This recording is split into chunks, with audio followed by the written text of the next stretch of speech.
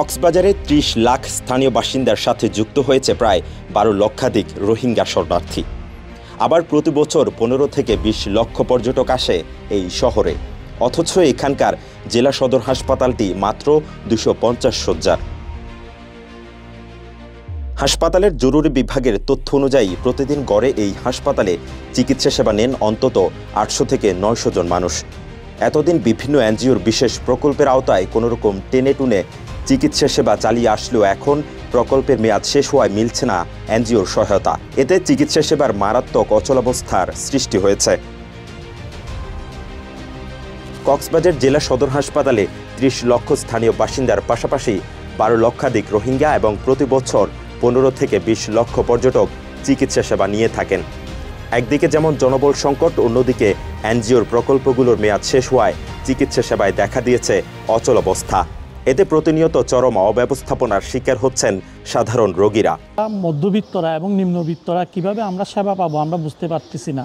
আমাদের দ্বারা তো আর চিটাগাং ঢাকা গিয়ে এই চিকিৎসা করানো সম্ভব না।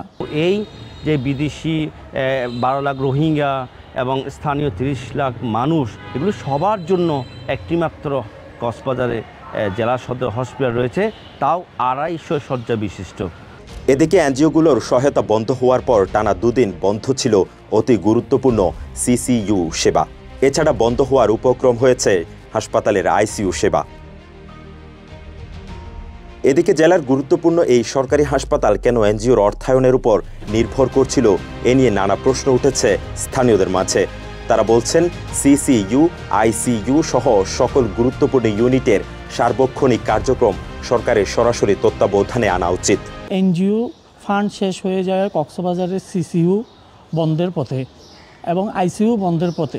আশার আলো ছিল, এখানে আইসিইউ এবং সিসিইউ এখানে চালু হয়েছিল, তাও এরা এনজিওরা করেছেন। কিন্তু দুঃখের বিষয়, গত কয়েকদিন ধরে কক্সবাজার জেলা সদর হাসপাতালে সিসিইউ বন্ধ করে দেওয়া হয়েছিল এবং আইসিইউ বন্ধ করার জন্য একটা সিদ্ধান্ত এসেছিল। এই অবস্থায় মানুষ তখন বিষয়টা জানতে ছিল বারবার। কিন্তু দুঃখের বিষয় হচ্ছে যে এই যে স্থানীয় যারা মানুষ রয়েছেন, বাসিন্দা রয়েছেন, তারা বারবার দাবি করে আসছিলেন এটা সরকারিভাবে যেন কক্সবাজারে একটি আইসিইউ স্থাপন করা হয়, সিসিইউ স্থাপন করা হয়। এটা সরকারিভাবে এই আইসিইউ এবং সিসিইউ স্থাপন করা হয়নি, যার কারণে যারা এনজিওরা এইটা স্থাপন করেছে তাদের প্রকল্প যখন চলে যায় তার সাথে সাথে সিসিইউ আইসিইউ বন্ধ করার জন্য চেষ্টা করেন। মোনালিসা হেভি ফ্লো ১৫ পিস প্যাকেটের সাথে ৮ পিসের একটি প্যাকেট একদম ফ্রি। সিসিইউ এবং আইসিইউ বন্ধ করে রাখা হয়েছে, ঠিক আজকে না কালকে নাগাদ ওনারা আবার চালু করেছে। কিন্তু আমরা এখন অনিশ্চয়তার মধ্যে রয়েছে, কারণ ওনাদের থেকে যতটুকু আমরা জানতে পেরেছি, ওনারা বলতেছে এটা নাকি আইএনজিও এবং জাতিসংঘের মাধ্যমে ওরা ফান্ডিং করে এটা পরিচালিত হয়, যার কারণে ওরা মাঝে মধ্যে ফান্ডিং ব্যবস্থার ক্রাইসিস দেখিয়ে ওনারা এটা বন্ধ করে রাখে। কক্সবাজার সিভিল সোসাইটির মতে এনজিওগুলোর প্রকল্পের মেয়াদ শেষ হওয়ায় চিকিৎসা সেবার মান হযবরল অবস্থা। বাস্তব ভিত্তিক পরিকল্পনার মাধ্যমে হাসপাতালের ব্যবস্থাপনা ঠিক করা না গেলে বারবার এই ধরনের সমস্যার সম্মুখীন হতে হবে। সমস্যা যেটা হচ্ছে, এখানে এক সময় এনজিওদের ফান্ডে কিন্তু এই জিনিসটা চলতো, আইসিইউ সিসিইউ যেগুলো আমরা বলি না কেন, কারণ এই সেন্স এখানে চলতো, যেহেতু এখানে কিছু রোহিঙ্গারাও এখানে সেবা নিতে আসতো, বিদায় এটা এনজিওদের সাপোর্টে কিছু স্টাফ চলতো। কিন্তু এখন স্টাফ সংকটে ভুগছে, এনজিওদের ফান্ডও সংকুচিত হয়ে আসছে। শুধু সব কিছু বিবেচনায় আমাদের যে সরকারের কাছে এবং প্রশাসনের কাছে আমাদের অনুরোধ থাকবে, এটাকে কিভাবে টেকসই করা যায়। কক্সবাজার জেলা সদর হাসপাতাল কর্তৃপক্ষের মতে প্রকল্প বন্ধ হওয়ার পর ইনক্লুসিভ সার্ভিসেস অপারেটিং নামের একটি নতুন প্রকল্পের অনুমোদন হওয়ায় আগামী জুলাই মাসেই চিকিৎসা সেবা সচল হওয়ার সম্ভাবনা রয়েছে। এর ফলে আইসিইউ, সিসিইউ সহ অন্যান্য বিভাগে লোকবল সংকট ও যন্ত্রের ঘাটতি পূরণ হবে, আবার পুরোদমে চলবে চিকিৎসা সেবা।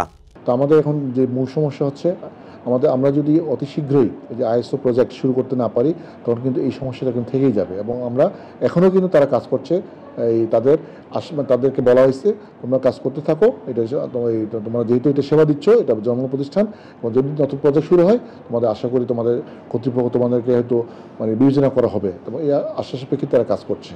তবে আমরা এখনও চাপে আছি আমি বলবো। আইএসও প্রক্রিয়া এটা আমি বলেছি, আমাদের এটা কিছু প্রজেক্ট নতুন প্রজেক্ট শুরু হয়, সরকারের কিছু নিয়ম নীতি আছে, কিছু বিধিবিধান আছে, আর্থিক বিধিবিধান আছে। তা ওয়ার্ল্ড ব্যাংকের যেহেতু এটা অর্থায়নে হবে, ওয়ার্ল্ড ব্যাংকের সাথে চুক্তি হয়েছে, এক না এক অনুমোদন লাগে, যেটা অনুমোদন হয়েছে। হ্যাঁ, তবে আমাদের এখানে কিন্তু চিকিৎসক নিয়োগ, নার্স নিয়োগ, তারপর অন্যান্য স্টাফ নিয়োগ, তার কিছু ক্রয় কেনাকাটা আছে, কিছু আমাদের পিপিআর যেটা কেনাকাটা, কিছু আর্থিক বিধিবিধান প্রতিপালন হচ্ছে কিনা গভর্নমেন্ট যাচাই বাছাই করছে। হ্যাঁ, এবং এটা অতি শীঘ্রই শুরু হবে, আমি আশা করছি জুলাই 1 তারিখ থেকে এটা শুরু হবে।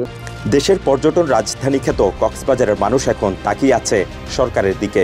কবে মিলবে জেলার গুরুত্বপূর্ণ এই হাসপাতালের পূর্ণাঙ্গ চিকিৎসা সেবা, আর কবে বন্ধ হবে এনজিও নির্ভরতা?